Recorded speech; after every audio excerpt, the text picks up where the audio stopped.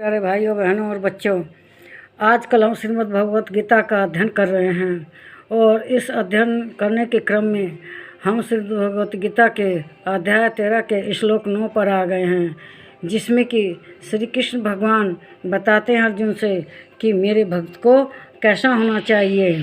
वे बताते हैं कि उसको माया रहित होना चाहिए, किसी तरह की कोई माया नहीं करनी चाहिए।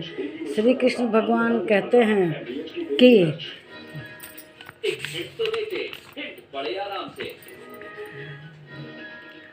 असक्तिर्न भीष्वंग पुत्रदारगृहादिषु नित्यं च समचित्तनिष्ठा निष्ठोपपत्तिषु। कहते हैं कि पुत्र, स्त्री, घर और धन आदि में आसक्ति का अभाव, मतलब उसकी आसक्ति घर में, पुत्र में, स्त्री में नहीं होनी चाहिए। उनसे माया रहित रहना चाहिए, माया नहीं करनी चाहिए। ममता न होना, उसकी किसी के प्रति ममता भी न हो, उसकी केवल भगवान में ही ममता होनी चाहिए। तथा प्रिय और अप्रिय की प्राप्ति में सदा ही चित्त का सम होना चाहिए, मतलब जो प्रिय है वह भी, उसके लिए भी एक जैसा व्यवहार, और जो अप्रिय है वह भी उसके लिए एक जैसा व्यवहार करे। कौन? जो भगवान का भक्त है। अब पुत्र की आसक्ति में वह दिन रात धन बटोरे, दिन रात मेहनत करके उसके लिए घर बनाए, संसाधन जुटाए, उसे यह नहीं करना चाहिए।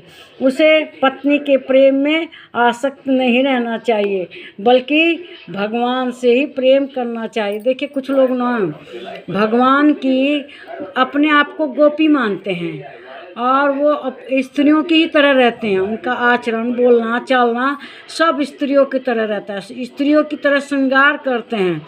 मतलब जो मर्द हैं उन्हें अपनी पत्नी से आसक्ति, प्रेम नहीं रखना चाहिए, उनको भगवान में ही आसक्ति और प्रेम रखना चाहिए।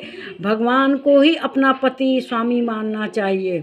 घर, परिवार, पुत्र आदि से किसी तरह का कोई लगाव नहीं रखना चाहिए। दुश्मन हो या मित्र हो, सबके साथ समभाव करना चाहिए। ये नहीं कि मौका मिला तो मित्र के लिए बहुत कुछ कर दिया, पक्षपात किए। मित्र को कहीं पर मौका मिला तो उसका फेवर लिए, उसके लिए कचहरी में जाके झूठी सच्ची गवाही भी दे दी। और जो दुश्मन है उसके लिए मतलब सही भी बात ना बोले। दुश्मन की अगर गवाही देनी हो तो झूठी गवाही दे दे, और मित्र के फेवर में कुछ भी झूठ सच बोलने में थोड़ा भी संकोच ना करे। तो मनुष्य का ऐसा व्यवहार नहीं होना चाहिए। भगवान को का जो भक्त है उसे धन में भी आसक्ति नहीं रखनी चाहिए।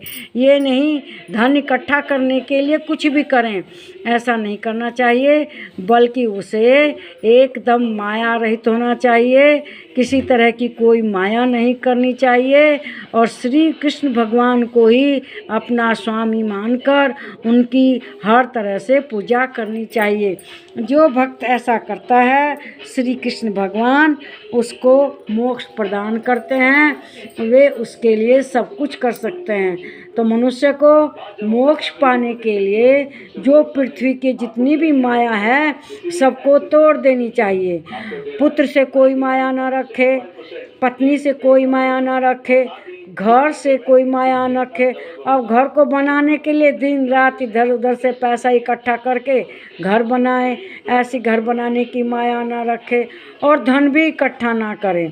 अगर धन इकट्ठा करता है तो श्री कृष्ण भगवान के लिए धन इकट्ठा करे, श्री कृष्ण भगवान की सेवा में अर्पित करे।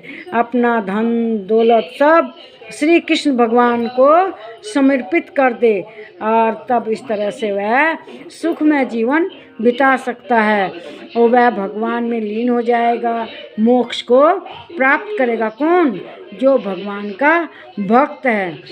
तो मेरे ख्याल से आप लोगों को ये विचार पसंद ज़रूर आए होंगे, और ऐसा कीजिए, जो विचार आपको पसंद आए हैं उनको कमेंट बॉक्स में लिखिए, और जो नहीं आए हैं उनको भी लिखिए। कमेंट बॉक्स इसीलिए होता है। नमस्कार मेरे प्यारे भाइयों, बहनों और बच्चों।